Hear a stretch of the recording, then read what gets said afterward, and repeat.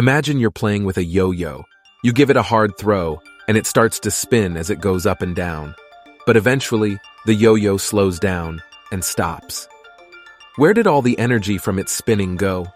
The law of conservation of energy states that energy cannot be created or destroyed, only transformed from one form to another. When you threw the yo-yo, you gave it potential energy, which is stored energy that can be released. As the yo-yo spun, it transformed this potential energy into kinetic energy, which is the energy of motion. But as the yo-yo slowed down, its kinetic energy was transformed into thermal energy, or heat, due to friction. This concept applies to everything in the universe. Energy is always present, even if it's in a different form than we can see or feel.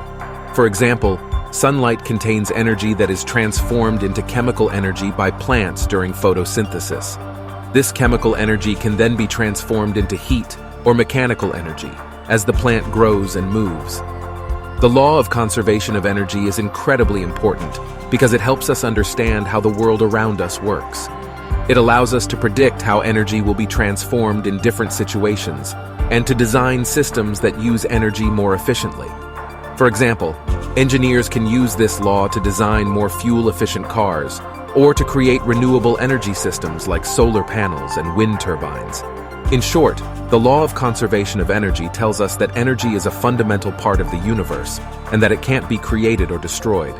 Instead, it is constantly transformed from one form to another. This understanding allows us to harness the power of energy and use it to improve our lives while also preserving the natural world around us.